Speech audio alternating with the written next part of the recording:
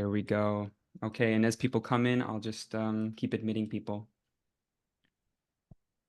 Okay.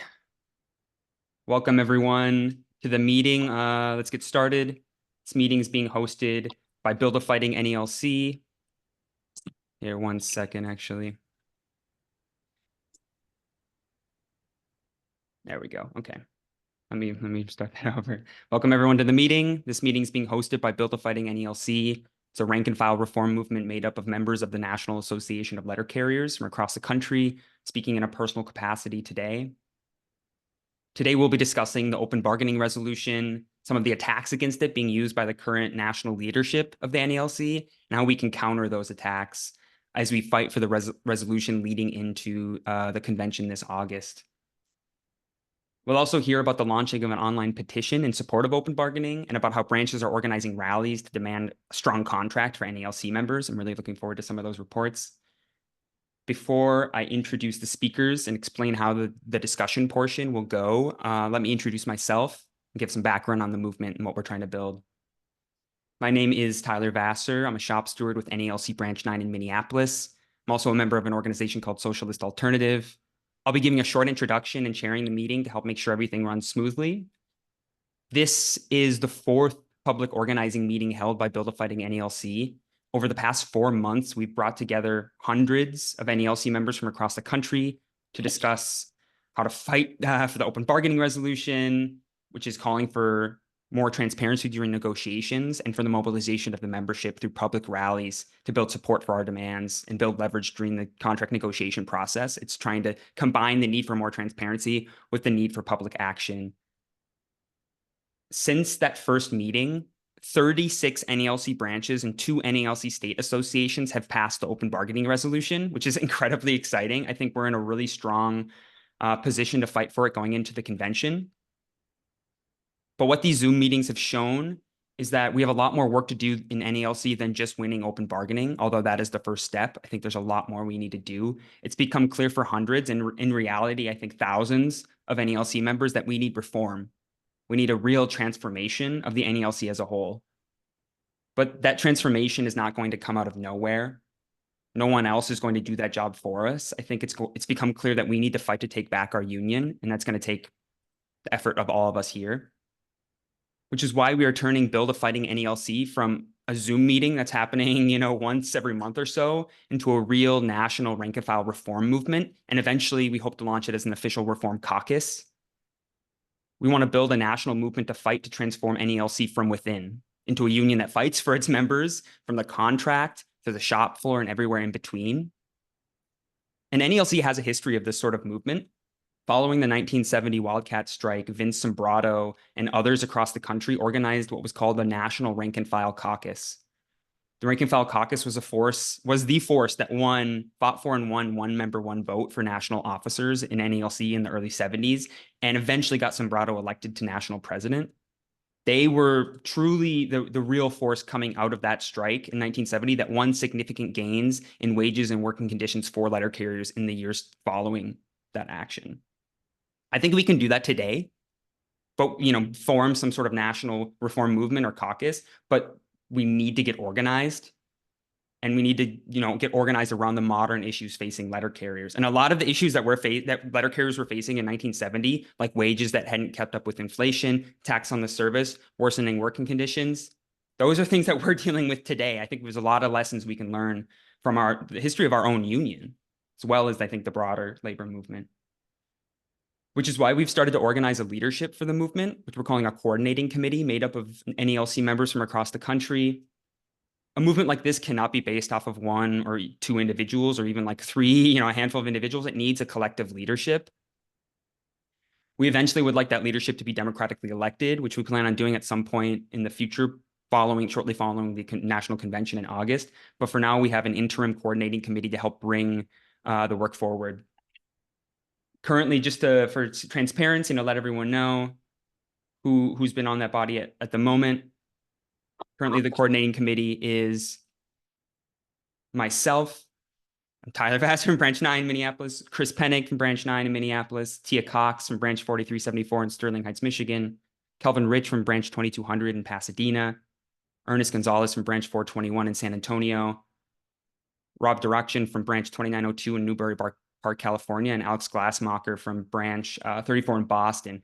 I want to be clear, there are a lot more people we want on this body, and we'll be reaching out to people very soon for that. But like, that's who we could get together the other week to help get the ball rolling. But we want to build on that going forward. Just wanted to let everyone know that we're not just trying to have this based on one or two people. We want it to build a collective leadership and build a collective movement. Last thing I'll say, sorry, I know I'm talking a lot. Last thing I'll say before introducing the speakers is that a group like Build a Fighting NALC cannot exist just by saying we want something new. Or like we can't exist just by pointing out what we are against, what we think is wrong with the current approach. We have to be based on a set of ideas, demands. We have to be based on a program. We want to say we want something new, and this is what that looks like, which is why we've started discussions about what a program would look like, how to develop it, and how to make sure we are addressing all of the biggest concerns facing letter carriers as best as we can. It's very clear letter carriers need a real raise. We need contract compliance. We need an all-career workforce. We need an end to mandatory overtime. And we need to fight for the right to strike. These are all things that we need to discuss, and we need to figure out how do we message them? How do we organize around them? How do we fight for these things? That's what we want to discuss, and that's what a program is for and what a program should address. And so just for nothing's set in stone. We want this to be a democratic process, but just to let people know, that's kind of where we're at for that. So we're going to have 4 speakers today to get into that. First, we'll hear from Kelvin Rich, who's the vice president of branch 2200 in Pasadena, California. He's going to be talking about how to counter some of the attacks against open bargaining coming from national leadership.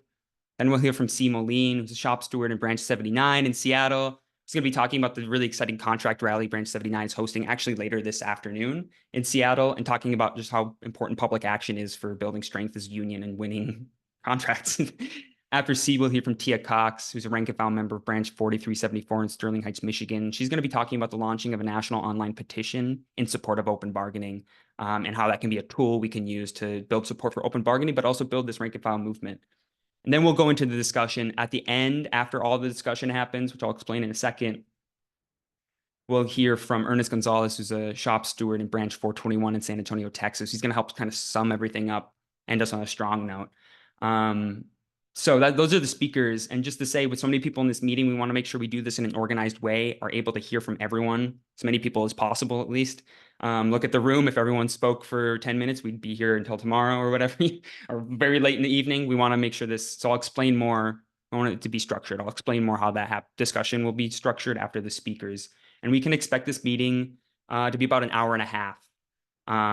Throughout the meeting, as you might have seen, Tim Bash is going to, from branch 9, he's going to be putting the sign-in sheet in the chat. Please sign in. It allows us to stay connected. It will help us identify who's delegates to the convention, where people are joining us from. We can help connect people in local areas who may not know each other yet, that sort of thing, and so on. So with all of that, I want to give it over to Kelvin Rich. He's the vice president of branch 2200 in Pasadena. He's going to talk about how do we counter some of these attacks coming down from national leadership against open bargaining. So Kelvin, you should be able to unmute yourself. Go ahead when you're ready. All right. Thanks, Tyler. Good morning, everyone. Hope everyone is well. Thank you for being here. Thank you for taking the Sunday to, participate and get educated and build this movement. Like Tyler said, he asked for my help with, kind of organizing this thing and turning it into something that could potentially, spread across the country and grow, hopefully at the national convention. But one of the things that he asked me to talk about was just kind of countering the arguments that Renfro and National has basically come out against open bargaining. A few of those things are national leadership. Historically, Renfro, I think at a few regions has said historically, we have always done contract negotiations in private. This is not true. Under the leadership of President Vincent Sombrado in the 80s and 90s, Sombrado mobilized the rank and file to do public rallies and include other postal unions in those rallies. This built solidarity within the union and put pressure against the Postal Service during contract negotiations. Sombrado even set up a voicemail calling in system that allowed members to call in and listen to daily updates on how contract negotiations went every day, if there was any updates that helped keep the members updated every day and felt included. There's another argument by National where he says holding open bargaining negotiations would hurt us rather than help us due to the fear of Congress, national mailers, and the wrong people finding out. This could lead to Congress taking away our bargaining rights. National mailers might lobby against us and other internal forces meddling in contract negotiations. This is simply not true. The Postal Service is the most trusted federal agency in our country. The public supports postal workers, and Congress understands that many of their constituents rely on first-class mail delivery of checks, medicine, ballots, and parcel delivery.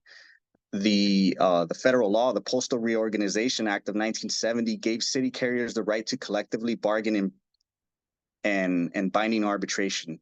We in turn give up the right to strike through Article 18 of our national agreement. If Congress were to take away collective bargaining, then it could put us in a situation where we'd have to exercise other alternatives in contract negotiations, such as the one city carriers used in 1970. We have also seen other unions that have public workers use open bargaining and public rallies to gain support during contract negotiations. A good example of this was back in 2023, the New York State Association of Nurses and several public nurses organized public rallies to bring to light harsh working conditions, severely understaffed public hospitals, which caused an average of 12 patients to one public nurse in city hospitals.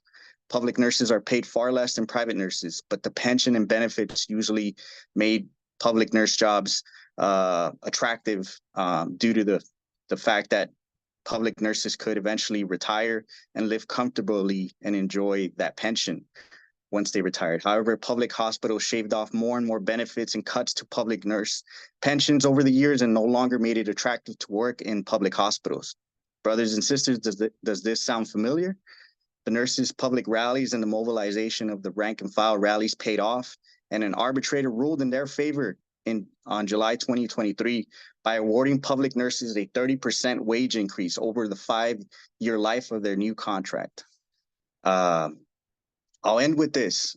Open bargaining is a good thing, not a bad thing. Open bargaining keeps our national leaders accountable by having them keep the rank and file updated during negotiations. Open bargaining makes the rank and file feel important and can lead to a more equitable contract agreement that includes every member affected by the contract, whether it's a new employee or a senior carrier. It allows for national leaders to demonstrate whether they can achieve the goals and plans they offered when running for national positions. We as members ultimately have to hold our leaders accountable by deciding whether the work achieved during contract negotiations is good enough to ratify those agreements and re-elect those officials during national elections. But we must participate and we must demand to be included in open bargaining with our employer. Thank you. All right. Thanks, Calvin. That was really great. And just so everyone is aware as well, we will be having a discussion portion. I'll explain that a little bit more after all the speakers. So if anyone says anything that like really, I don't know, hits a note for you or makes you think of something you want to come in on, write that down, take some notes and come in when we have the discussion portion.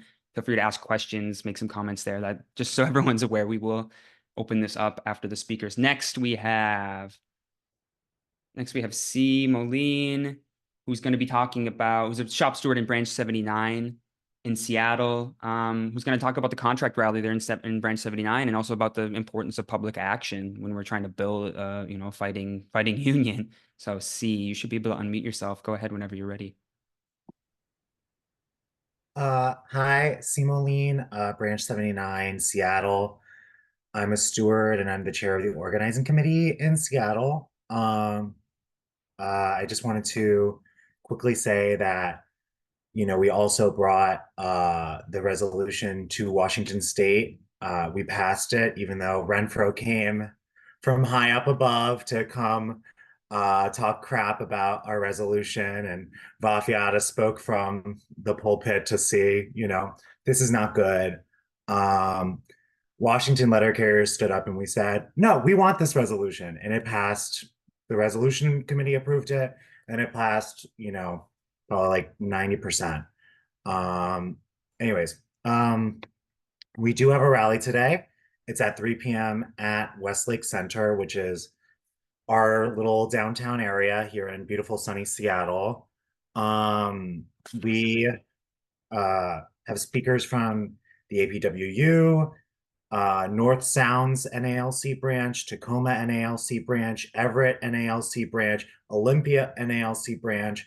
We have a speaker from the King County Labor Council, which is our local labor council here in beautiful sunny Seattle. We're going to be having our president speak, Kevin Gottlieb. I'm going to be speaking myself, and we have a close friend of mine and a robbed letter carrier. BJ Hansen is going to speak just to speak about the dangers of the job currently in Seattle. We are facing a huge rash of, safety issues, and management, of course, is not really doing their job, and, law enforcement really isn't either. So, we're going to be pushing for that issue. For anybody who's never had a rally, we actually had a rally last year. Basically 1 year ago on Memorial Day, we had a rally at the e-board meeting. One of our members said that National doesn't really want us to have a contract rally. And an older member of our e-board, Miss Joanne Pyle, OSA award winner, said that's none of their business. It's our branch, and we make our own decisions as a branch. And she stood up and she said, "We're going to do it." And I want to just thank her also, to just be like, we decided as a branch that this was what was important. We realized that what we had been doing for years has been disengaging carriers, not engaging carriers. Everyone is just alone in this battle, and we're letting, the whole thing drift away from us. Our organizing committee for years had morphed into a party planning committee. And I kind of stood up and I said, we should have a real organizing committee. And so we created a planning committee. We created an organizing committee. The organizing committee has been going through Labor Note's Secret of a Successful Organizer. We've gotten a couple of our offices through that workbook. We're currently, our next mission after today is to start mapping out all the branches to understand what membership looks like, trying to get reconnected with all the members. We're kind of a large branch. We have 2,000 members. So it's a little bit harder for us to get to everyone, especially since we have like 34 offices and auxiliary offices. But most importantly, we think that, when we struggle, we win. And we believe that, every voice is a help. And that's what, kind of National, specifically Renfro, did not seem to believe. He thought, that, one person, punching on management was much better than, 100,000 members speaking as one voice. I'd also like to just say thank you to Virgilio Goze for being the other half of my brain. He's another steward here in Seattle. And if you can't get one more person to help you, like, this is going to be very hard, very impossible. And I just want to say, like, all you need for a rally is flyers, signs, chant sheets, snacks, and a permit. That's 5 minutes. Anyways, thank you. Okay, thanks, C. Yeah, that was really great. I also just want to say, I know there are a number of other branches across the country who are sick and tired of waiting around and hoping for the best with this contract and are organizing contract rallies this June. Some I think might be in July. I know Tom Sir from Branch 274 in Lehigh Valley there in Pennsylvania, they're organizing one. I'm not going to steal his thunder. They're organizing one a week from today. He's going to talk about that a little bit in the discussion. But it's just, that's incredible. That's what we want to see. This is how we're going to build momentum going into the convention, and even make it even easier for us to make the case for public action and the need for it. So next up, the last of our speakers before we go to the discussion is going to be Tia Cox. Tia is a rank and file member of Branch 4374 in Sterling Heights, Michigan. She's going to be talking about the launching of the national petition in support of open bargaining, and how that is a tool that we should use to build this movement and build support for open bargaining going into the convention. So Tia, you should be able to unmute yourself. Go ahead whenever you're ready. Okay. Um, Hi everyone. I'm Tia from Sterling Heights, Michigan. Like Tyler said, branch 4374. I just wanted to talk a little bit about, can you hear me? You hear me? Okay, good. Yeah, we can hear you. Okay, I just wanted to talk a little bit about the petition because I know some people came on in a prior meeting talking about how they were having trouble getting it passed through their local union. And I just wanted to tell everyone what me and my coworker Brenda Clark did. I know she's on here. Hey, Brenda. We just set up, we piggybacked off of Tyler and what he originally wrote in his petition, and then we just added some um numbers on the back for people to sign, and then we gave it to our union stewards because we felt like if it was just us, like it always is, just the two of us fighting for something, they, oh, there they go again, and they pay us no mind. But if they see that there are other coworkers who feel the same way that we do, and if they, want to get reelected, then they might want to listen to what we have to say. So that's what we did. But I want to say Tyler started a national petition right online that people can go to. So if you're scared or you don't know how to start a petition, or if you just feel like it might be a little too much or a little overwhelming, then you can also sign a national petition so we can have something to take to the convention. What Tyler can have something to take to the convention because I won't be there, but it will represent us because I do know that Winfro and a couple of other people, from what I heard, are opposing it. So what we want to do is make our argument strong and give them some leverage and have them go out there and support us. But we have to support them, to let the bigger higher ups know that this is what we want. We want our voices heard so that we can be supported in that. What else was I going to say? One more thing. So I have a question too for you too, because what I've been getting a lot of at my station was people wanted to know that if this contract does not look right in the event that we get the general wage 1.1, whatever, is there a way that we might be able to start a petition to force him to resign early? Because here's the thing, we need to do something. We need to, like I said before, we need some type of leverage, and we just can't just keep saying, oh, okay, well, this is what we want, they shut us down, and then that's just that. Like, we have to let them know, like, we really can't afford to get another general wage increase. I was telling you, I called the local office, and I spoke to someone, and that's how I learned about the verbal NDAs that they sign. They have verbal non-disclosure agreements that they sign when they go in to bargain. And that's basically saying that they're not going to talk about it, they're not going to tell us anything. And when I did my research on reading verbal non-disclosure agreements, it says that they're only good for 12 months, and then they have to certify or reiterate it. So as I know it, our contract as of the 30th, it's been over 12 months. So if we call back to the national office, and you can get someone on that phone, by law, that disclosure agreement is up.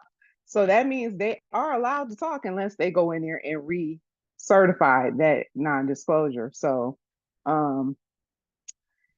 that's pretty much all I have to say.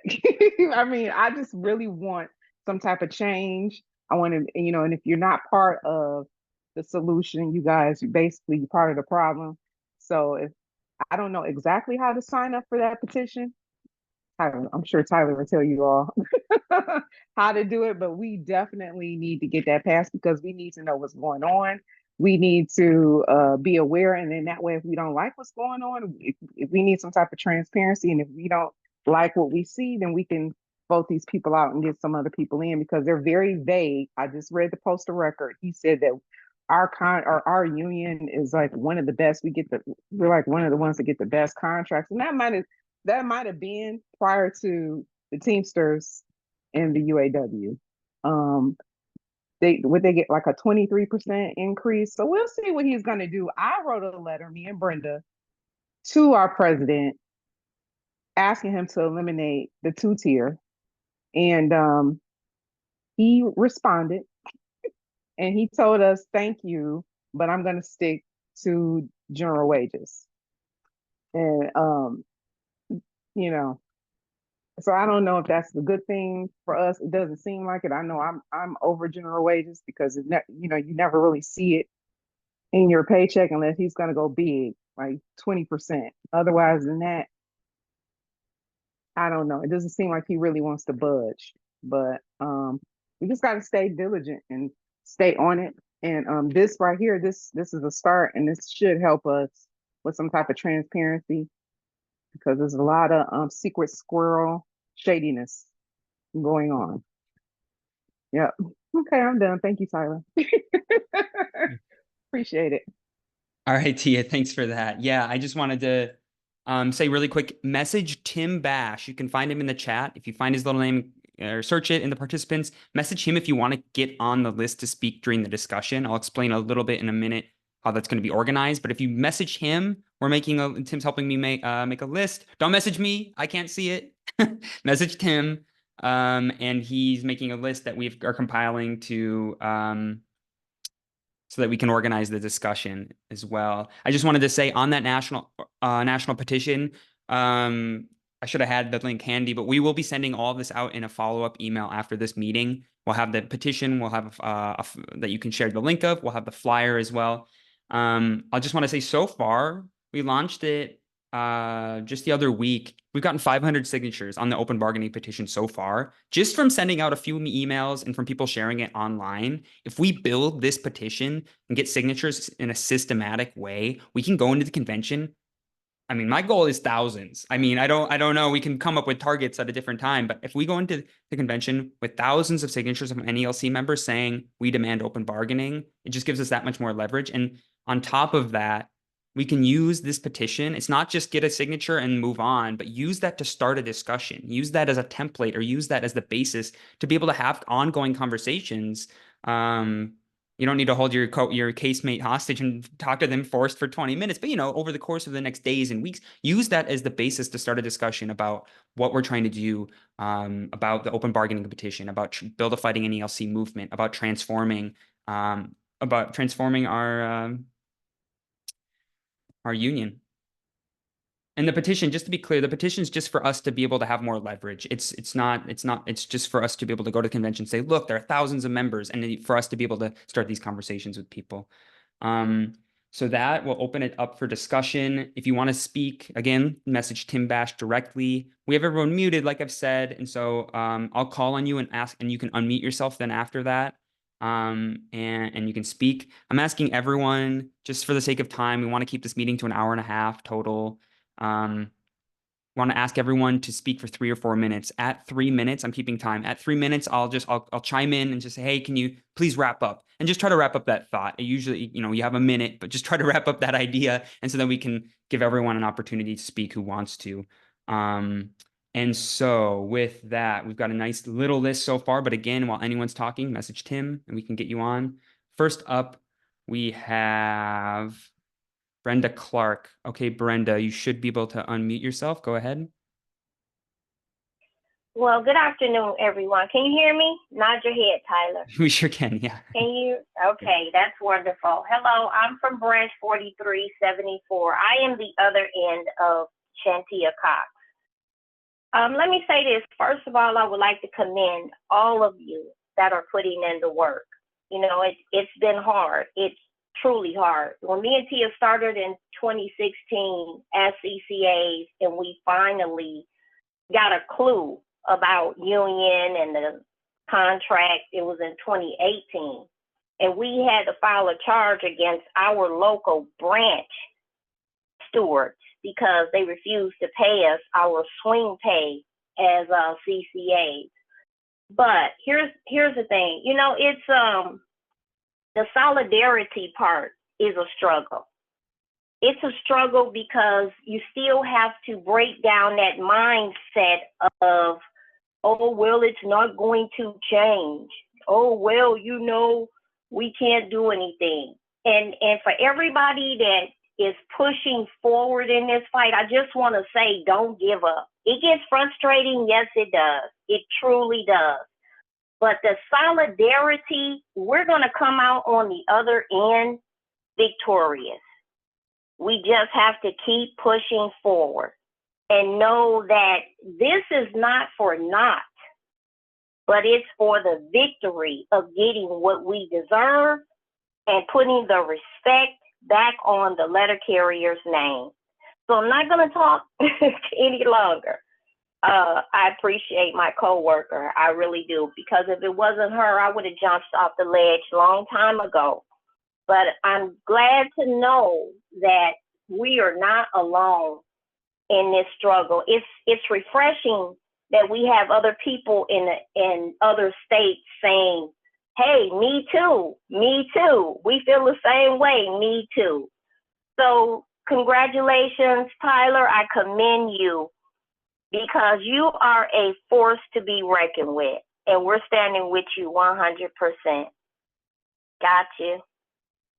Okay, you can mute me, Tyler. I'm good now.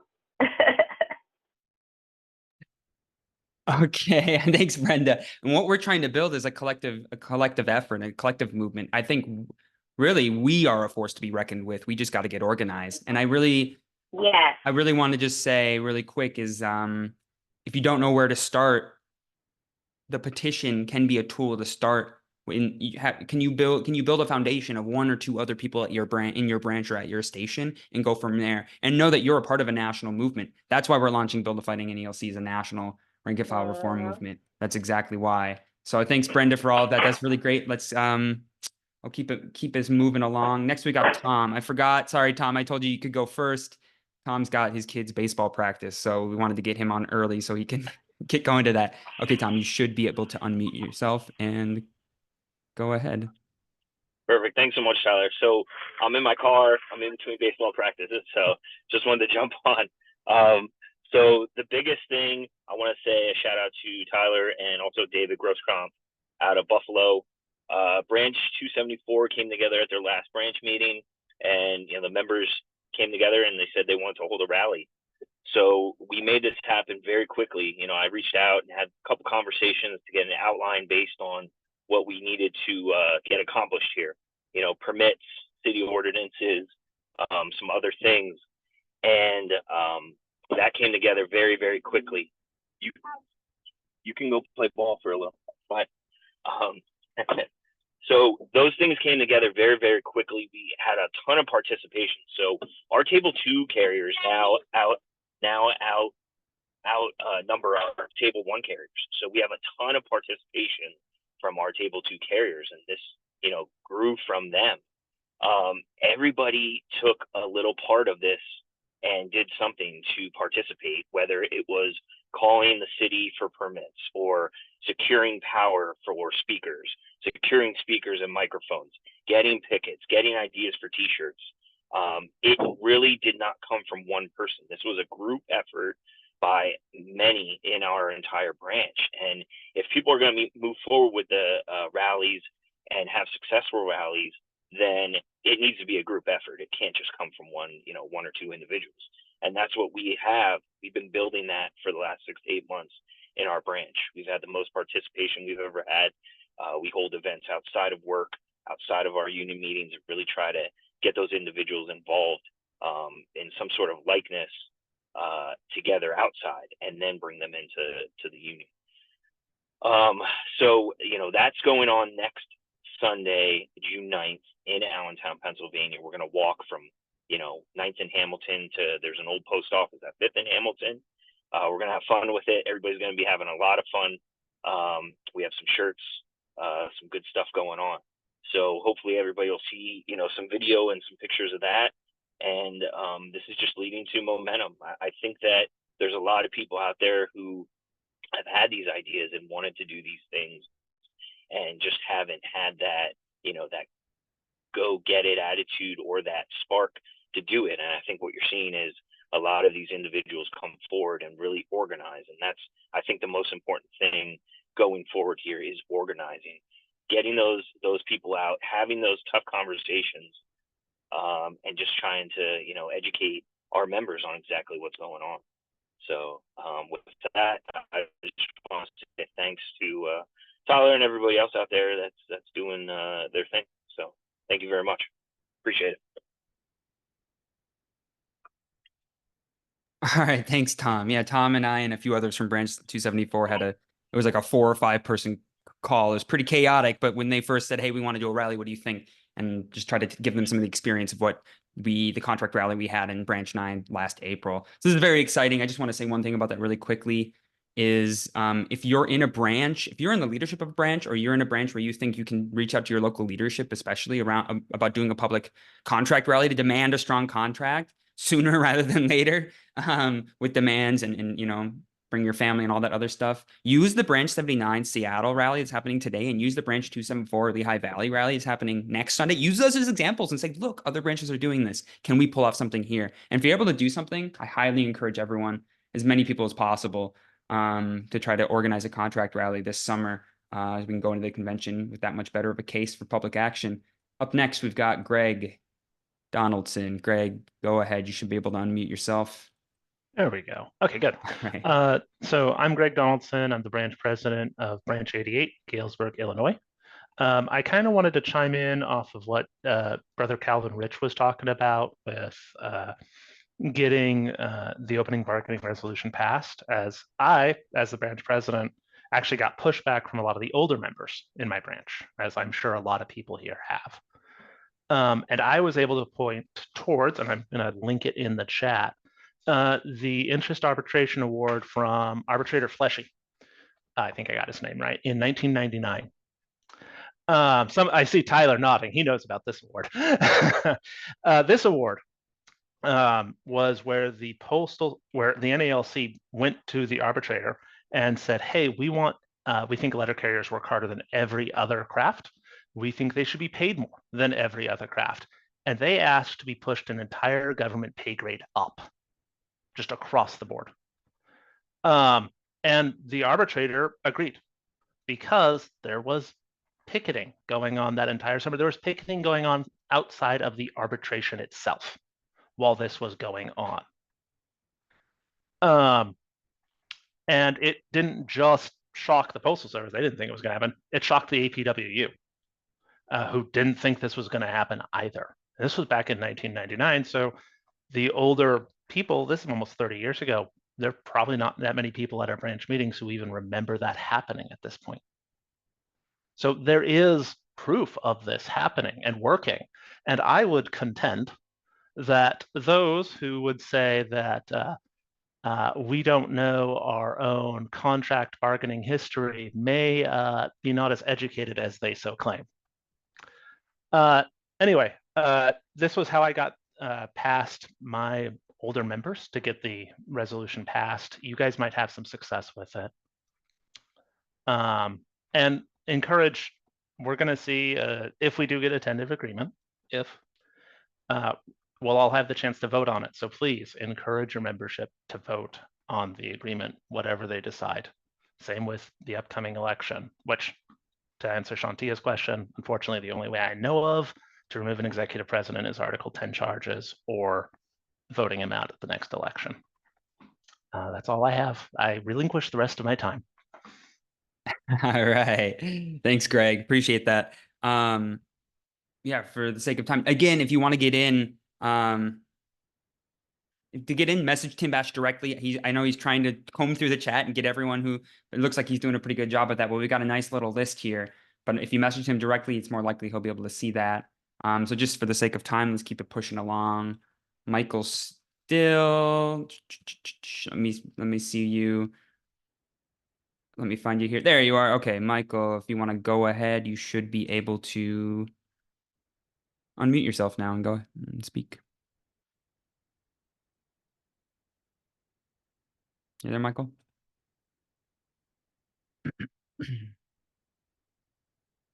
Okay, we'll come back to you, Michael. I'm sorry, you might be away at the moment. We'll come back to you after the next speaker. So then next after that, let's go Jamie Partridge. Go ahead, Jamie.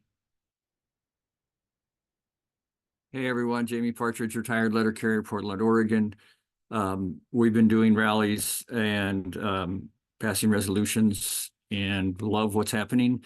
I wanted to look ahead a little bit to the convention. I'm a national organizer with Communities and Postal Workers United, which is focused on saving our public postal service and is multi-craft and public involved as well. And every convention for the last 10 years, we have been able to have a table, a literature table, and made arrangements with the national leadership to be able to pass out leaflets and to have a room in the convention center to hold rank and file, what we called rank and file network meetings, or no, rank and file exchange meetings.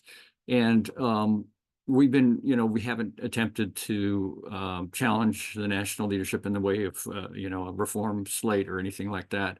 So we've been fairly it's not seen as non-threatening. And I've just sent in a message to Nicole Ryan, who is the person we've worked with in the past, I can't remember her position, but on the national leadership, to be able to set up a table again. And so I'm expecting that we'll be able to get that and also get a room to meet once or twice during the convention. So I intend, totally to turn that over of that space if we get it, and a right to pass out leaflets and room to have an exchange over to the Build a Fighting NALC, because I think if you had attempted to get those things for this reform group, that they would turn you down. So anyway, so we'll do a little backdoor thing there. And the other thing I wanted to suggest is that we have a meetup on Sunday evening before the convention starts, and maybe ask the NALC, we have a NALC folks from Boston here, to be able to set up something for us. That's all.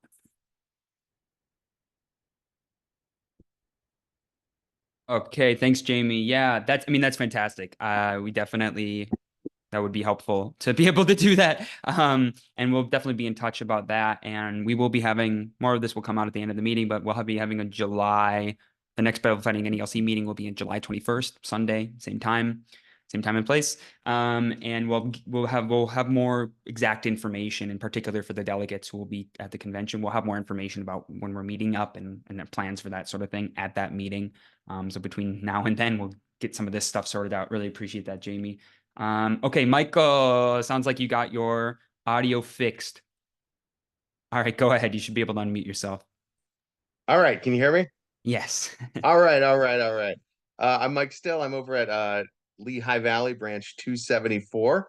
And our president, Tom, just spoke. He's an awesome guy. And Tyler, thank you for jumping on that phone call with us to get things going. Our rally went from someone having kind of an idea. It's one of their first meetings they were ever at. They were like, why don't we all get together? And of course, we just like leapt on that. And we're like, yeah, let's have a rally. Started like organizing everything. And we went from that meeting to the rally. I think it's like 3 weeks. So rally's kind of like, it's like eggs, you cook it, you get it out, right? You don't want to sit on this for months and think about it and try to find the perfect time months down the line. We really need people to get out into the streets now. One of the things that is upsetting to me about National is they're not understanding the morale side of having a rally, getting people engaged and out in the streets, and not just sitting back and waiting for seldom updates about the contract. It's really important that our members get engaged, because it's very visceral. Every single person at the post office is working long hours. They're living their lives, and they need to get out into the streets themselves so they can really feel that they're part of this movement. Like we were saying, a lot of the people, we have a lot of Table 2 carriers that are involved in this. They don't know about the ins and outs of Renfro and the executive committee and the NBAs or anything about that. They just know that their pay isn't working, right? So they will get out into the streets for this stuff because it's visceral for them. It's not about the politics. It's about the reality of their lives. So I want to say, if you're a leader in your union, president, executive committees or whatever, right? Say yes. Say yes to these things. There's a saying in writing, write hot, edit cold. Let people have their ideas and back their ideas up. We can't have gatekeepers locally that stop things. district-wise that stop things, regionally that stop things, nationally that stop things. We all have to say yes to this stuff. It'll work itself out. Don't be scared of your members. Just say yes to them, right? And then also, we brought this up in a couple other meetings. We have a WhatsApp group where we grab people that are out of their 90-day probation. And this is we're talking on this thing all day. Supervisors are in the street. Oh, what zone are they in? Hey, this happened this morning. Okay, talk to a steward about that, right? This rally's happening, sharing articles, that Tyler wrote. Like, just a WhatsApp group is the mycelium of the garden of the post office. And if you can be the people that connect everyone, as soon as they're out of that 90 days, they're going to be thinking about things in a different way. We could not have had this rally a year ago, but because we started this WhatsApp group, it's just fundamentally changed our station of 160 people. So yeah, just build that grassroots bottom. And then if you're a leader, say yes. All right, Mike, thank you. Yeah, that was really great. I just want to say, excuse me, the sign-in sheet that Tim has been putting in periodically in the chat has the link for the registration link for the July 21st meeting. It'll also, if you sign up, it'll be sent out in the email afterwards, so you don't have to worry about like listening and also trying to fill something out. But it is there, just so you're aware, and everything will be sent out in an email afterwards. And I just really want to highlight what Mike just said, the importance. It's just one part of it, but it's really important. The importance of membership engagement and the morale portion of doing public action, doing a rally, making people feel like they are part of a union. They don't know the ins and outs of how to file every single grievance in the world, although all that is important. But there are going to be members who want to be a part of taking action. We see, yeah, it's really, really great. Really inspiring to see that. Let me read out the list just so people don't have to worry if they got on the list or not. This is who we have so far, and everyone's done a really good job with time. Thank you. It's made my job really easy. I haven't had to interrupt anyone. So the list as it's read out right now is David, Ernest, Yaya, Rob, James, Virgilio, Randall, Sherry, Gabrielle, and Raul. That's who I have so far. If you were missed, message Tim, get on this list. Everyone's done a really good job with time. I really appreciate that. So let's go to our very own Dave. Dave Grosskopf, go ahead, buddy. You can unmute yourself. Good afternoon, everybody. How are you? Piggybacking on what Michael said and Shantia said and Jamie said, I'm sure some of you are aware that there is a reform organization out there that is going to be running, and that's called the Concerned Letter Carriers, and I'm on that board, and I'm going to be one of those people running because we certainly believe a lot of the things that you younger folks are putting forward here. The other thing I want to make you aware of, I think it was Mike said it, politics, he said something to the effect of something before politics. Do not put politics second. This is going to be a tough battle to change that national slate. Currently, you've got some folks in the room, and I'll let you know, Tyler, when we get off here, that are monitoring that right now for national headquarters. Okay. So pleasure to have you here, gentlemen. Let your folks know that those folks that don't support these young people and those folks that don't support this reform movement, that they better figure out how to carry a satchel again, because that's what's going to happen here. We need your support. There's a lot of us sticking our necks out on the line here politically. I've mentioned this before. Obviously, you can tell I ain't afraid of anybody. Okay.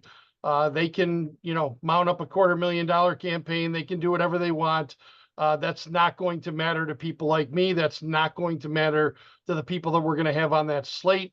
I know we haven't released anything currently as far as who is on that ticket, but we pretty much have the individual that we want to run against Brian Renfro for national president figured out here.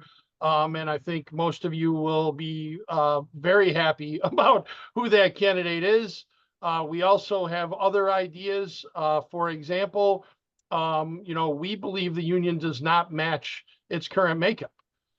Okay, and the individual that we are trying to court to be second in command would be somebody that is in a category that has never held that position before. So we hear minorities, we hear the women, we hear a lot of different people that are out there, and we are trying to build that slate to match exactly what we are hearing out there on the workroom floor from you folks.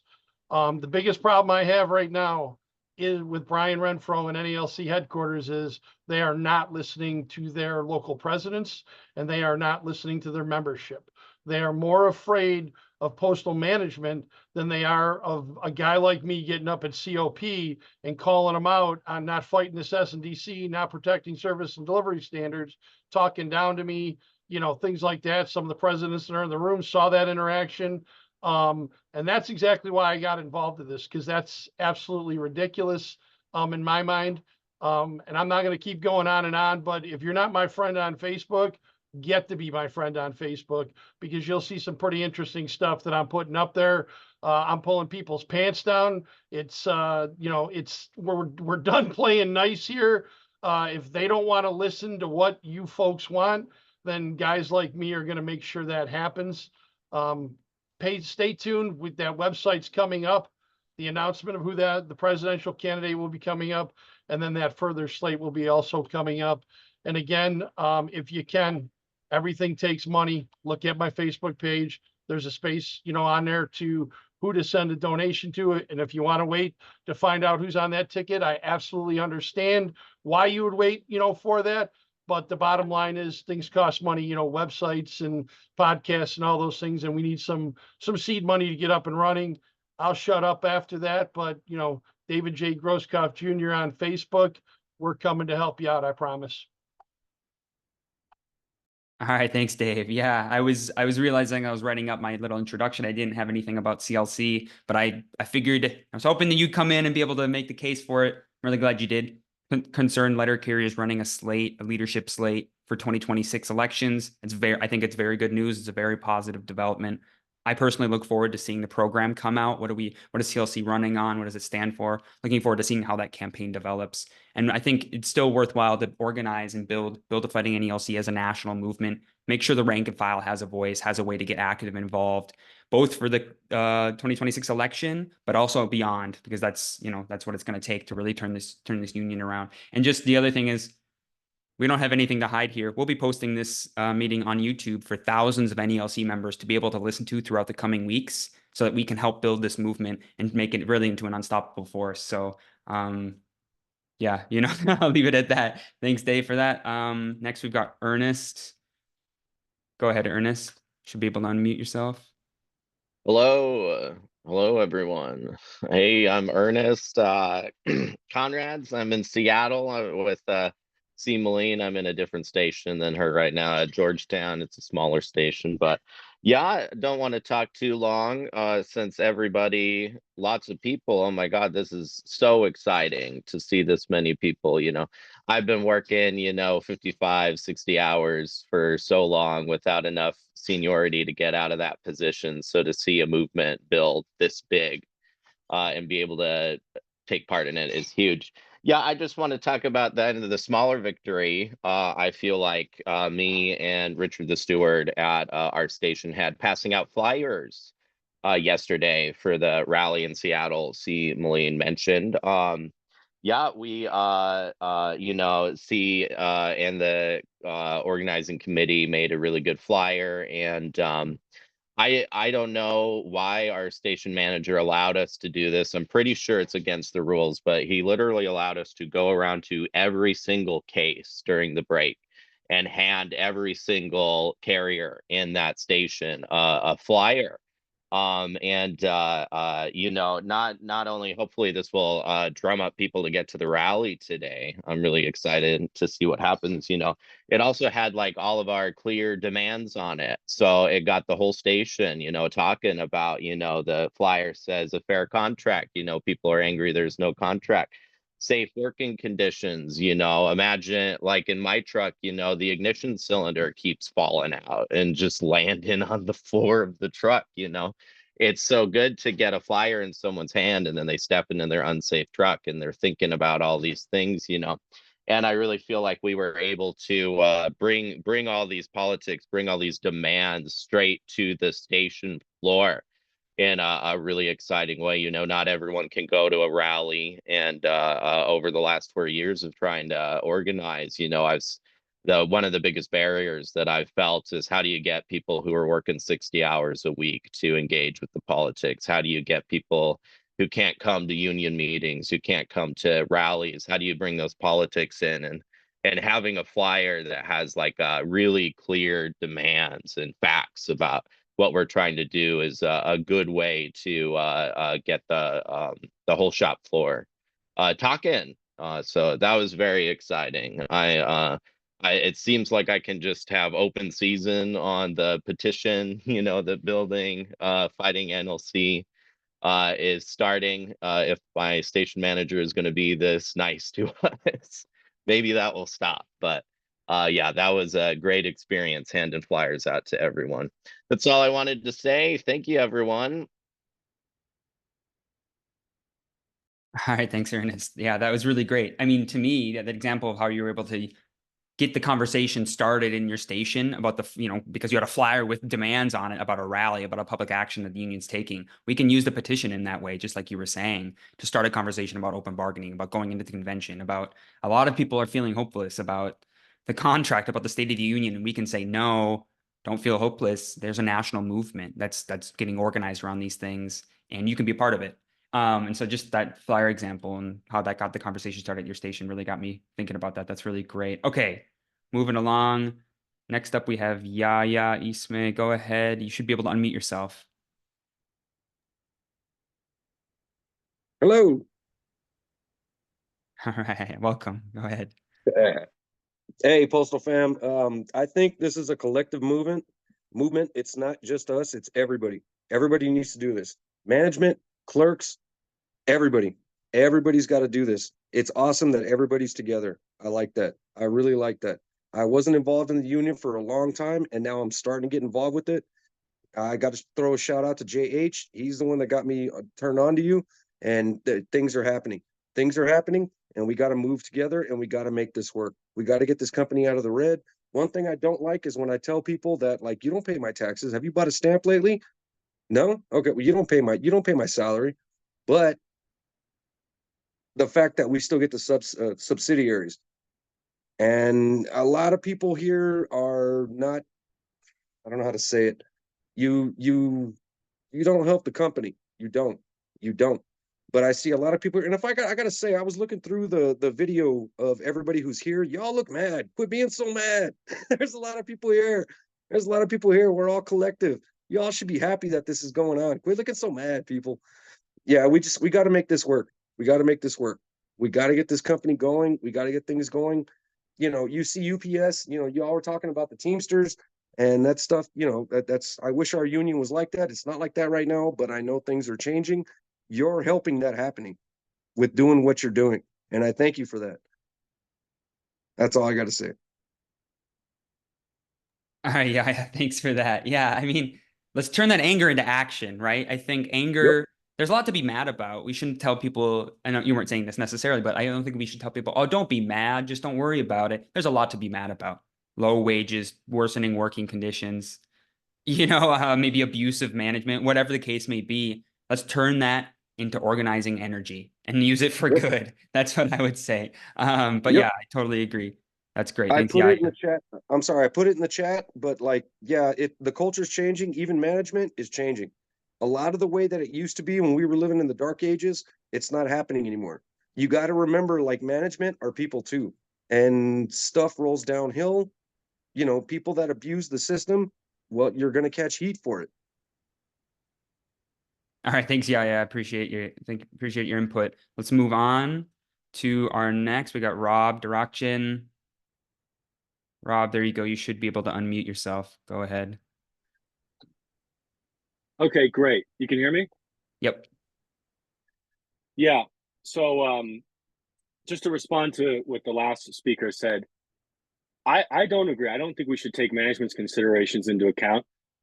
We're the union. We should definitely try to get together with the clerks, but I've got no love lost for management. I think a lot of people in this Zoom meeting feel the same. Sure, they're people too, but when they're coming down, forcing us to work overtime so that we don't get to see our families, when they're berating CCAs next to me, loading because they need to get to a second job, they're the enemy. They're the ones that are trying to enforce these rules that are going to make our lives harder. And we have to understand that we're squarely fighting against them. And there's just no other two ways around it. I want to come in on the importance of the petition and what we're doing. I'm working on an article on the 1970 strike and trying to draw out how it was a rank and file led movement. And I think that that cuts to the core of what we're doing today. There are 200,000 people in this union. The union is supposed to be a voice for its members. It's supposed to be our voice. It's supposed to be our weapon. It's supposed to be our organization that we can participate in. And what does the leadership do?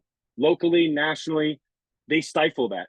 They've turned it into their own little good old boys club where they can sit back and they tell us, don't worry, we'll take care of this for you. The days of that are over.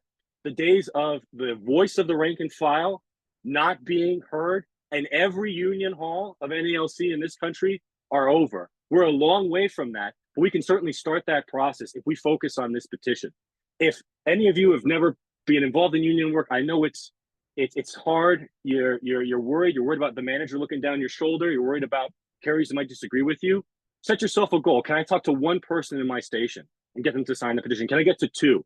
And I think very quickly you'll find, like I found, like I'm sure lots of other people have found, that there is a thirst for this kind of petition, a thirst for this kind of activity, a thirst for a way forward for our union, where we don't just have to rely on the goodwill or the promises of other people. I just cannot stress enough how important this is.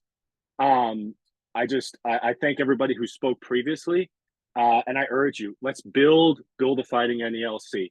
We've got 100 people, let's get thousands of people in these kinds of meetings, because if we tap into the potential of the 200,000 NALC members, there's nothing we can't do. And to Brian Renfro or any people monitoring this meeting, I'd like to say personally to you that your days are numbered. All the cowards, sycophants, and liars, all you people who have turned this union into a laughingstock, into something that the carriers are afraid of, your days are over. Your reign is over, and there's a new chapter beginning in NALC because of Build a Fighting NALC. All right, Rob, thank you for that. That was great. I just want to remind people, I really like what he said. Start with one. If you don't know where to start, if it feels overwhelming, start with one person, go from there. That is the basis that you can be able to start to really build these ideas in your local, in your station, in your branch. And again, I'll just remind people the petition link, which you can just text to people, and also a flyer you can print out that has a QR code linked to the petition, will be sent out in an email after this meeting, and you can really use those things the way Rob said it. I mean, that was, yeah, very, very motivating. Okay, let's keep it moving. Up next, we got James Brennan. James, go ahead. You should be able to unmute yourself. Hey guys, rural carrier here from Southeast Michigan. I live in Highland, Michigan, work out of the Highland, Michigan Post Office, a fully rural post office. I'm going to preface this by saying these are my views alone, do not represent the views, opinions, or strategies of the National Rural Letter Carriers Association. I had to throw that in there, Tyler, just to protect ourselves. But we're with you guys on this. The United We Scan podcast, of which I am a co-host on, is definitely behind the Build a Fighting NALC. We're working on building a fighting NRLCA.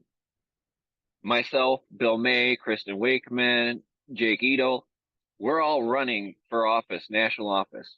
I only have just a few years in at the post office. I was an RCA for 3.5 years. I've been a regular carrier for 3.5 years. I got 7 years in at the post office.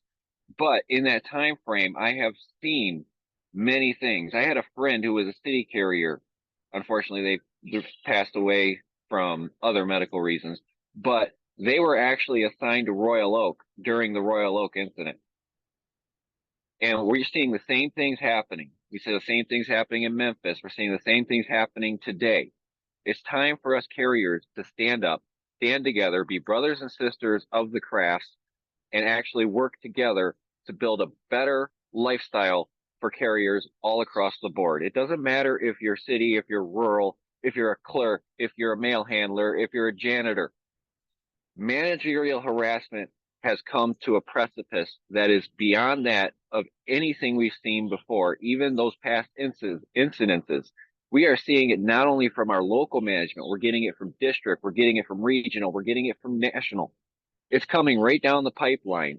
And unicorn management is becoming a thing of the past, because even your unicorn management is getting harassed by their management to treat us like garbage. It's time for us all to stand up, be together, and fight for what we deserve. Our president of the NRLCA said that rural carriers had it too good for too long. Think about that. Your president has told you the exact same thing, that you guys still have it too good as city carriers. So it's time for a change.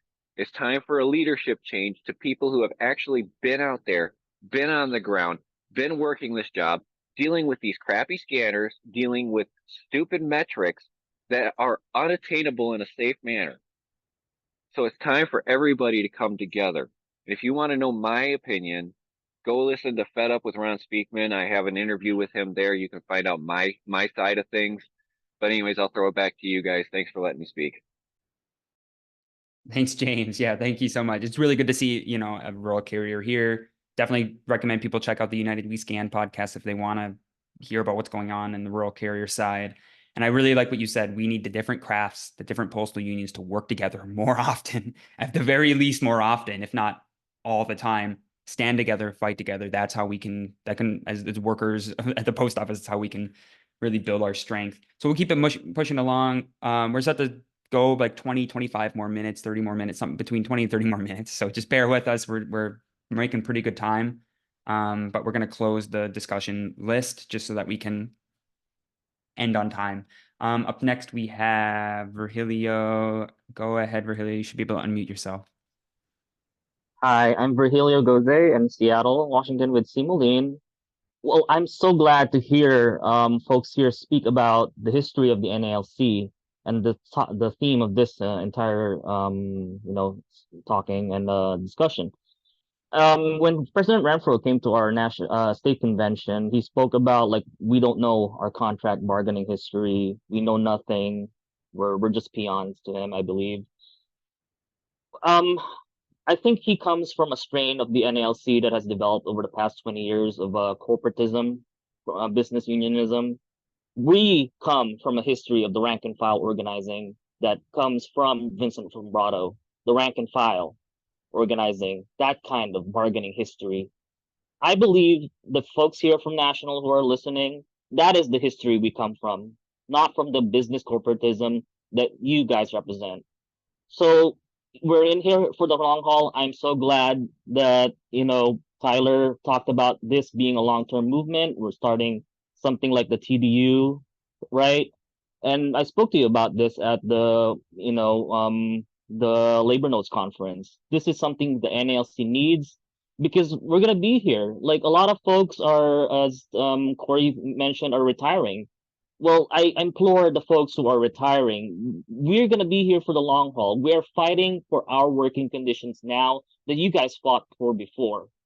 You know, we just want a dignity and respect in the workplace, better working conditions, and less working hours so we can actually go back to actual do union organizing. Because all this long working hours to me is a union busting tactic, right? Like as people here have said, like we can't come to union meetings.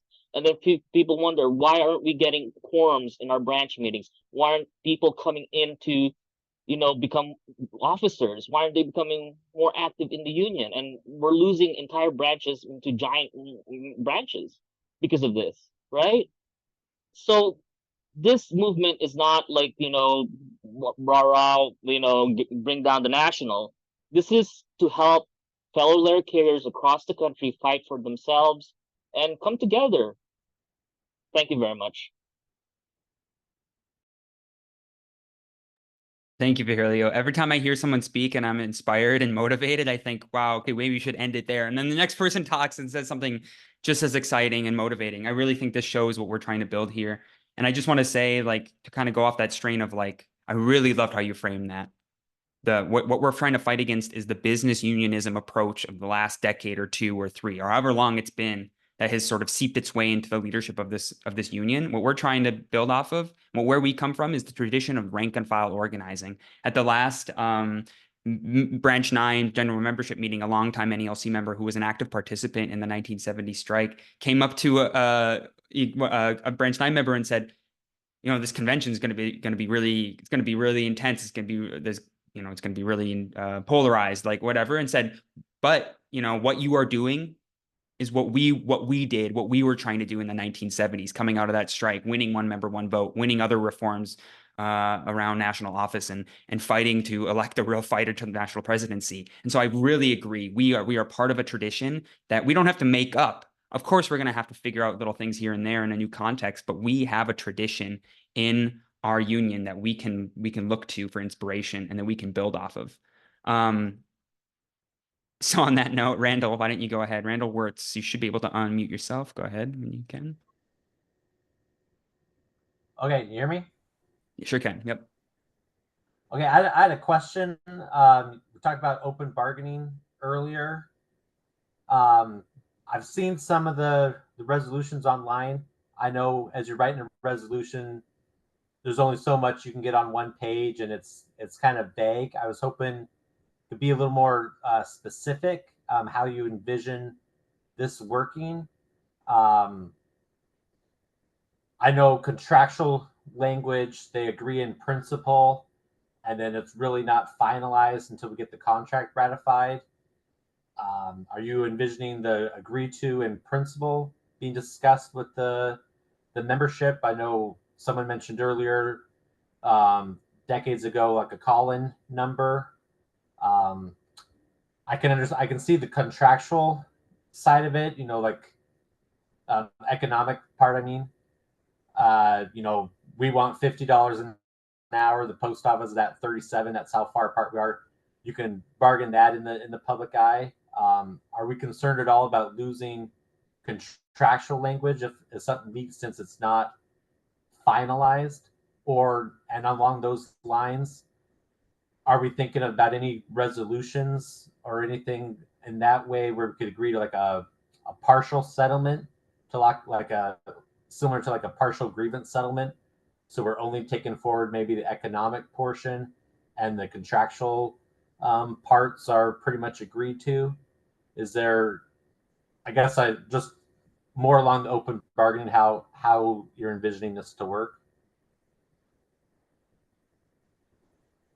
All right, thanks, Randall. Yeah, that's great. I can mention some of those things here. The way I envision it, and it is kind of vague. You both want to find in a resolution it to be specific enough to be helpful, but not so specific that it's too prescriptive and actually hinders the ability to be effective as a resolution. The way I envision it is like the way that the UAW, or the way that the Teamsters put out information during their contract campaigns and during the UAW strike, where you don't put down, hundreds of pages of the entire contract, but you at least the 3, 4, 5 main demands, something that can fit on a single page, or on a picket sign or something, that you say, this is what we're demanding. This is what management is proposing. And as it shifts, you can then show in real time, this is how little they think you're worth. This is what we're fighting for, that sort of thing. That's kind of how I see it. I hope that kind of answers your questions. And then on the second side, on the mobilization and public action side, I think I see it as national leadership being able to put out material, picket sign designs, examples of how to do a press release out to the branches, similar to the way that they have helped organize Enough is Enough rallies, but doing that on a national basis around a contract.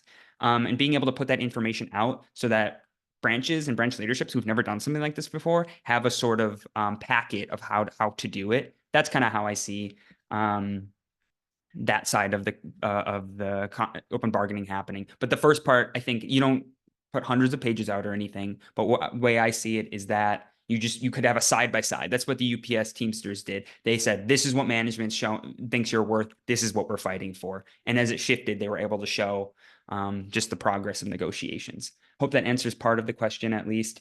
From that, we can move on. Next up, we have Sherry Butler. Sherry, go ahead. You should be able to unmute yourself. Hey, thanks for letting me speak. I just want to introduce myself. I'm the Associate Offices Director for the Inland Empire Air Local, which is out of the APWU. I was a city carrier. I started my career as a city carrier in Seattle at the Lake City Station in 1994. And I did that for 6 years, and I absolutely loved it. Well, then I started a family, and unfortunately I had to quit because I wasn't going to put my children in daycare at 3 months old. So I took a break for 7 years, and then I came back as a clerk. And then I transferred over to Coeur d'Alene in 2008 as a custodian. Actually, I transferred Post Falls and then Coeur d'Alene, but I've been a custodian for quite a long time now. So I've done a few jobs in the post office, and I've seen so much change in the post office. Those of us that have worked for a long time at the post office, we all know that it's not the same post office, and it's discouraging. And I'm really encouraged by what you guys are doing. I know how hard it is for city carriers. I've been there. I know the job's really hard, and I know it's harder than it was when I was a city carrier. All the scanning that you guys have to do, all the extra, them watching you every minute. I know it's really, really hard. So I'm really encouraging you guys are speaking up for yourselves, and I encourage you to keep doing that. I just wanted to get on here and say thank you for starting this movement and for doing something about what's going on. And I encourage y'all to keep it up. All right. Thanks, Sherry. That's very motivating. Appreciate you saying that. Okay. Up next, we got, is it Gabrielle or Gabriel? Should be able to unmute yourself. You go ahead. Good day. How you doing? Can you hear me? Sure can. Yep. Go ahead, Gabrielle. I'm a newbie on the block.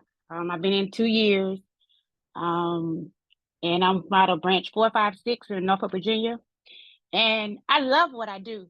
It's just every day going to work is just always something. But I'm that sponge that's around trying to get everybody to go to meetings, listen to Tyler, listen to JH. The information is out there, but you have to be involved. And a lot of them don't want to be involved, and I don't know why. They come up with excuses. And I understand you want family time, but our jobs are so important. It's like having life insurance. If you don't have it, you're on back end trying to wait for somebody to do something for you.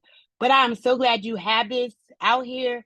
Every day I go into work, like tomorrow I'll go in and I'll talk. I am so ready for the election for shop stewards to be up because I am going to run. I want to be that person that can help others that come in. Every CCA we get that comes in, I give them all the tools that I had, things that I learned, and I tell them, hey, this is how I've done it. If you find a better way, you do it. But we need our CCAs. I'm a regular now. It only took me a year and 2 months. But at the end of the day, I guess I always tell people, I have nobody to take care of myself but me. So I need my job, because people just quit after quit. I'm like, man, these people are dropping off like flies. And it's like, we need them. But it's like, hang in there. Yeah, it's tough. But at the end of the day, if you are that person that speaks up for yourself, nobody will really bother you. But the people who just walk over people like doormats, and you can't allow people, it's called boundaries in life. Whether you're, we're all adults that come in here every day. We come here for a job, not for a daycare center to check in and tell somebody, do this. It's always a way of being kindness to people. Like they want us to be kind to our customers. I feel they should treat us the same way. And their bargaining agreement, I would love to go to the national convention, but I refuse to give up 40 hours of my vacation that I can spend with my family and my friends that I don't have when I'm out in the streets at 8 o'clock at night when time rolls back. And I feel like we need to do something about that, because if I got to use 40 hours, I know no other job that you have to use your vacation time to go to a convention. I don't even need a stipend. Pay for me to give me a check to go there for a week. I'll feed myself. But I even volunteer. I say, well, can somebody give me some hours off your book? If I'm new, I don't have a lot of hours, to say, oh, here go 40 for vacation for me to go to a convention. I went to the local one in Virginia Beach, which I loved it. I met a lot of people. I got involved. I have never missed a union meeting except for one. How that happened, I don't know. But at the end of the day, I just want people to get involved and stop being afraid to speak your truth. Just be respectful, say what you want to say. And it is what it is, because it's either black or white. It's no in between. And if we just stand up for ourselves, and we are worth so much more as letter carriers. We really are. But at the end of the day, it's about my dignity and who I am and what I stand for. Thank you. That's exactly right. Thank you, Gabrielle. That was, really fantastic. And I would just again encourage, why don't people want to get involved? Well, we gotta build a union that makes people realize it's worth their time and energy and their sacrifice to be involved. It's not easy. I don't have any kids. I can only imagine what it's like for people who have kids and are active in the union. That is a sacrifice that you make because you want to fight to make a better, to make your job better. We all do that. I do this because I love my job. I really do. I hate the old saying of, oh, you don't like it, quit and get a new job. No, I'm going to stay and I'm going to fight. We got a union for a reason. And that is what you were saying, just hit that part of my brain. I love my job. I want to fight to make it a good job. That's why we're doing what we do. If don't bang your head against the wall. If you can't get all 20 people or 30 or 40 people in your station to get involved, can you start with one? Can you start with two? And that is I think the use of the petition can be really helpful in that. I really appreciate you saying that, Gabrielle. That was fantastic. Let's move along. We got just a few more speakers and then we'll give it to Ernest to sum everything up. But up next, we've got Raul Reyes. Raul, go ahead. You should be able to unmute yourself. Hello, my name is Raul Reyes. I'm from San Antonio, Texas. A little bit of background about myself. I've been in the Postal Service for 31 years. It's been a challenging, hard road ahead. I've been through some ups and downs with the union and with the Postal Service and in my own personal life.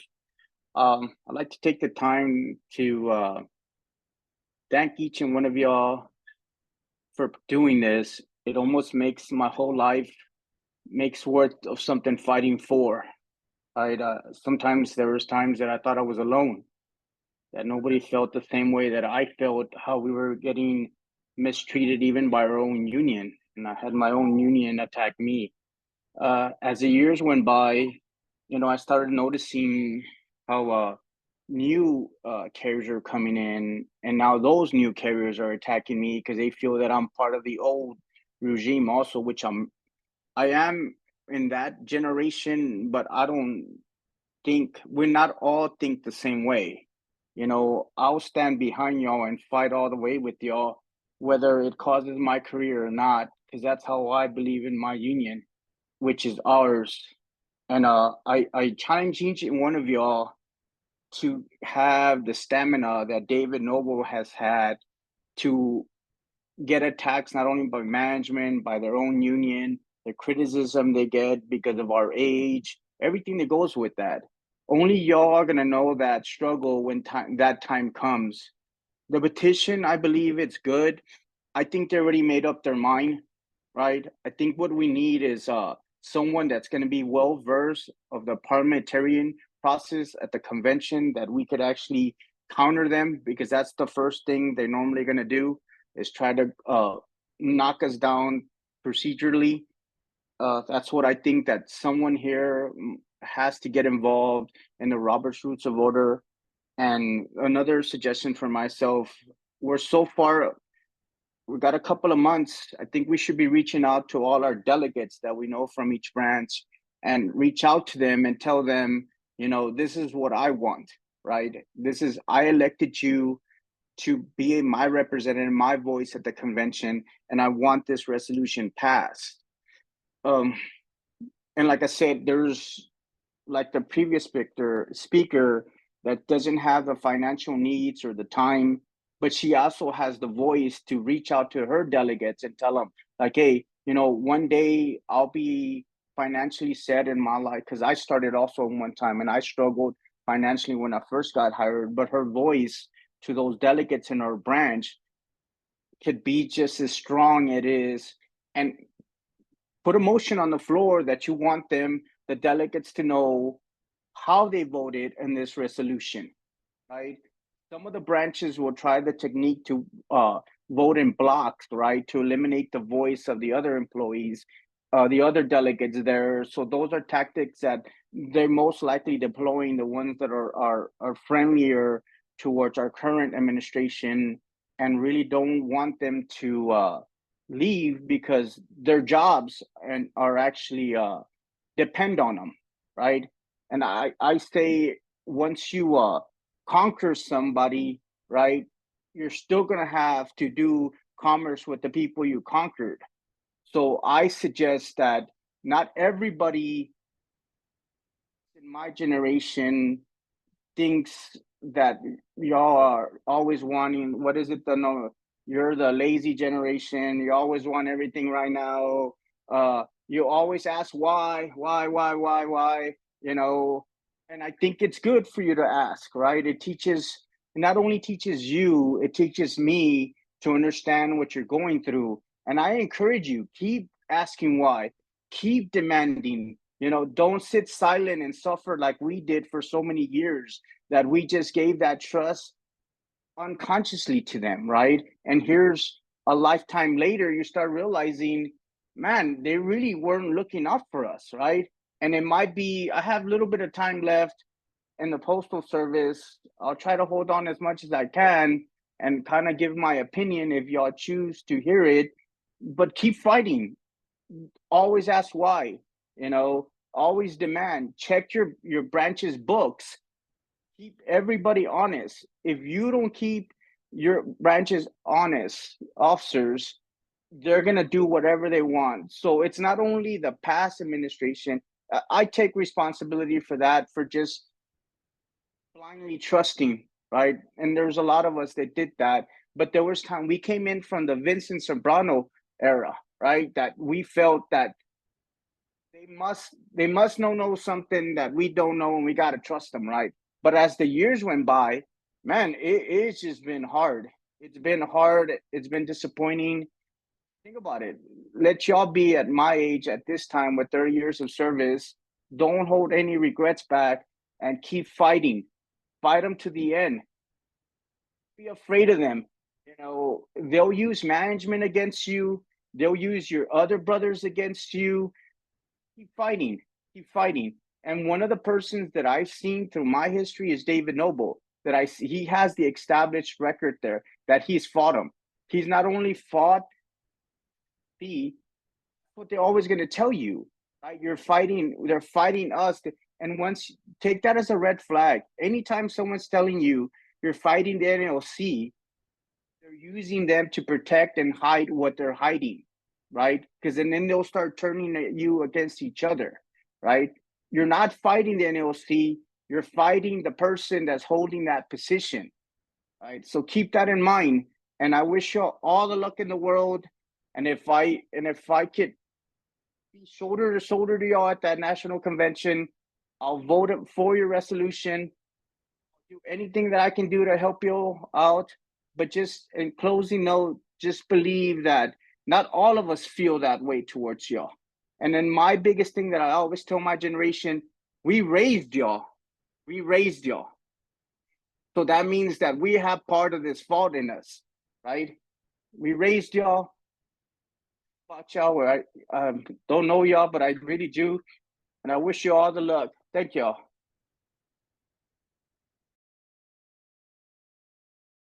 Thank you, Raul. I really appreciate you saying that. I think we need the energy and the enthusiasm and the freshness of newer members, but we need the ideas, the experience, and the memory of the longer term members. We need to stand together and fight together on these things. It's not retirees or, longer term NELC members' fault or any individual really that we have a two-table system, or that it takes, for regular carriers I'm talking about, or that it takes almost 15 years to reach top pay. We need to unite and fight. And it's not any single member's fault, like I said, but we all, I think, have an obligation now to get organized and fight, because we see that it is possible. And so really appreciate you saying that about the procedural process. We will be getting more organized. Part of the sign-in sheet, if you haven't signed in yet, I'll make one less appeal, please do that, is asking if you're a delegate or not. Sign in regardless, but especially it's going to be good for us to know who are the delegates, and we can get a little bit more organized in July and right before the convention. So we've got 2 more speakers, and then Ernest is going to sum everything up. So next we've got Christopher Kane. Go ahead, Chris. You should be able to unmute yourself. Hey, how's it going, Tyler? How's everybody doing? I'm super stoked that this is coming together so well. This is my first meeting with you guys, and I would not have known about this had you not gone on Sam Cedar's majority report. So shout out to Sam. And I just think that getting the word out about this whole initiative is super important. There are a lot of other podcasts. I'm sure a lot of other members here listen to all day long, in your ear while you're delivering. I think Work Stoppage would be a great platform for you to get on. It Could Happen Here would be great. Pod Damn America would probably love to have you. And I just think that if you can, just show up to as many picket lines as possible, regardless of whether or not they're part of the Postal Service or not, working class solidarity across the board is always important. And yeah, I just want to thank everybody that's here. All right, thanks, Christopher. That's great. And then our last speaker seems to not be here anymore. So we're gonna just move on. This has been a really great discussion, and I think I've talked enough already. So I'll just say one last reminder that all this information, there will be a follow-up email that will go out with the petition, with all that other stuff in there, with a link to the next meeting. But to not steal too much thunder, let's get it over to Ernest Gonzalez. Go ahead, Ernest. You should be able to unmute yourself, kind of sum up this discussion, and then we can get on moving with our day. So go ahead, Ernest. Yeah, good afternoon, everybody, man. My name's Ernest Gonzalez. I'm a steward out of NALC branch, the Alamo branch 421 down in San Antonio, Texas, with my brother Raul, who just spoke a little while ago. And me and him, we developed a pretty good friendship, simply because of the fact that we were, when he first met me, I was just so, I guess, different from the regular rank and file that were coming in, and I noticed that he was so much different from the establishment that was there, that was part of his generation. That taught me a lot about what it means to not judge everybody that you think is just, they've been there, they're probably stuck in their ways. You have no idea how these people feel. So unless you personally pick their brain, just don't jump to conclusions on that stuff, man. Earlier there was a kid who I was kind of go through some little bullet notes that I made here from some stuff that a couple of you guys brought up. First thing was, someone who said, there's a lot of pissed off faces on this meeting. And whether I look pissed off or not, I don't know, but it's good that you are. There is more than enough to be pissed off about, aside from just what we're dealing with in our particular craft, our particular profession. You have a situation now where the powers that be, whoever you want to point that finger to, are slowly dwindling the rights of someone who just wants to work for a living, go home, take care of their family, and do it all over again the next day. They are attacking that. They're going to continue to do so. And so organizations like this and movements like this are very important. For that, I commend Tyler. I commend Tyler greatly for it. The purpose of this resolution is to combat these type of arguments that are going to be made. The two that I keep hearing is the one in particular of, well, we don't want management to know what we're asking for, and for that we need to not have open bargaining, because we don't want to give them a chip of what we know. That, for the most part, you can see right through that nonsense. And for those who can't, you'll get better as your career at the NALC, or your career at the Postal Service for that comes to fruition. The most recent one that I heard was actually by our executive vice president at one of the most recent trainings, where he told an officer of mine that what we don't want is, we don't want Congress to act. We don't want everyone to know what we're asking for, because it'll give Congress the opportunity to start combating what it is that we're asking for. They have the opportunity to do that all day of the week anyway. And I wouldn't put it past them if they allow us to continue this nice and quiet. Nice and quiet hasn't been working for us. Only thing it's done is make us more vulnerable. So for that, I just challenge that every time that you hear it. I don't care who's saying it, challenge them on it. Because once you put them on that pedestal and you challenge them in an open forum, especially on a training that this officer felt the need to say those kind of things, you'll start to see them very quickly trip over their own tongue, because they know they're full of shit. To the Seattle people, my hats go off to you. I commend you for your for what you've been able to accomplish, man. That's no minuscule achievement. Most people in our generation, seem to have forgotten what it means to organize and to come together on a common goal, and to try to get that achieved shoulder to shoulder. So I think it would be unbelievably powerful if we could show this type of organization, this type of power that you're building with this movement, that we could have something like that at the actual national convention, even if it is a small picket, even if it is just a small show of force. I think it would be immensely powerful for us to show that this next generation is not putting up with that same shit. The strategy that was used by us at 421 when we got ours accomplished, we literally just typed up a letter. I sent it over to the executive board. I had them read it on our official communication for the next branch meeting, and then I put a motion on the floor. Once that motion gets on the floor, you have the opportunity to go ahead and discuss that motion, and then go through the parliamentary procedures to get that accomplished. Here's my Robert's Rules of Order. For those of you who can't see it, I know I blurred it out a little bit, but I've got my book there. I'm trying to get as versed as I can with this type of stuff, so that when they do try, because they are going to try to do this, where they try to derail us on the floor with these nonsense procedural stuff of you're out of order, or that's not the right time to bring this up, this, that, and the other. That's fine. I'm trying to do my homework. I would have suggested you all do the same.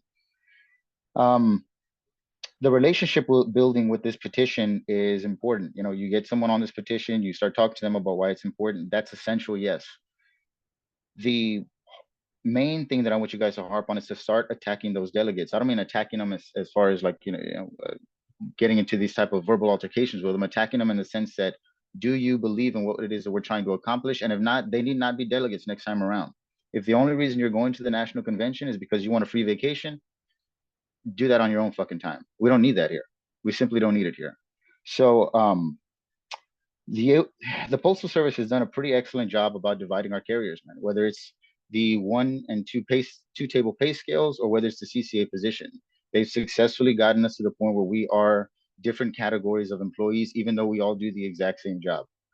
I urge you to see past that nonsense. Reach across the aisle to those table 1 carriers, reach across the aisle to those CCAs, pick their brain and see what it is that they are about before you pass your judgment on their lazy generation, or that generation is already stuck in their ways. You have no idea until you pick their brains. And I can promise you, you will be, I don't want to say disappointed, but you will be surprised more oftentimes than not, when that's the case.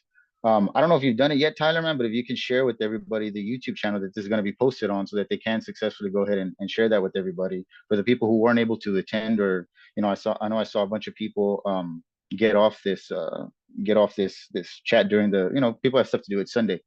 So just so that we can keep them informed and they can go ahead and continue to listen to the rest of this with all the other carriers that spoke after they got off. In closing, man, get off your asses, guys.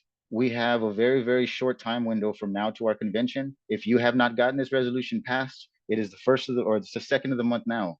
Get those letters typed up, get them sent into your executive board, have them read it on your official communications. If they try to derail you, the minute that your new business comes up, you bring that up to the floor and bring up your motion and get it passed. If you can't get it passed, at least bring up the discussion. If you haven't done so yet, get off of your ass and get it done. We do not have a lot of time left, guys. We really don't. This is a movement that I feel we should strike while the iron is hot. The national convention is coming up pretty soon, and I feel really good about what this movement is trying to accomplish. I think we're going in the right direction, but it's going to take more than us just, if we don't get any of this actually accomplished on the floor at your branches at that national convention, all we're doing right now is just showboating. It means absolutely nothing. Hopefully, I'm in 10 years now, and what I would like to see is for us to build this into a type of caucus like Tyler was talking about, that's actually democratically elected, so that we can build this for the generations that are coming up after we're gone, because we're not going to be here forever. Hopefully the Postal Service wouldn't get rid of our position before then, but who the hell knows? Assuming that we're going to have the ability to continue this movement going forward, it'd be nice to leave it to the next generation, because I think that's very important, man. Anyway, thank you guys for your time. Hey, Ernest, thank you. I really appreciate that. I said I wasn't going to say anything, but I'm just going to say a few last things. The YouTube channel, Build a Fighting NALC, will be shared in the follow-up email after this meeting. The video of this meeting, the recording, will be posted hopefully later today. Share that out with coworkers on social media. There are a few hundred people here today, but we all know 2 people who know 2 people who know 2 people. The 200 people here today can reach thousands of NALC members. We can be the smaller cog that can turn the bigger wheel and ultimately change the direction of this union. And the best way to do this right now, I think, is sharing this information out, using that petition to start building in your branch in the 1s and 2s if you have to. If you can get the whole branch to sign it, even better. We need to fight for open bargaining. But like Ernest said, it's only one step in the right direction, which is why we're launching Build a Fighting NALC into a real national rank and file reform caucus, a real movement for NALC members to change direction and fight for what we need and what we deserve. So with that, I really appreciate everyone staying on. I know I've got to go do some laundry. I'm sure other people have other things to do. I really appreciate everyone taking the time, and let's continue building this thing together. So with that, solidarity, everybody, and I'll see you soon. Bye-bye.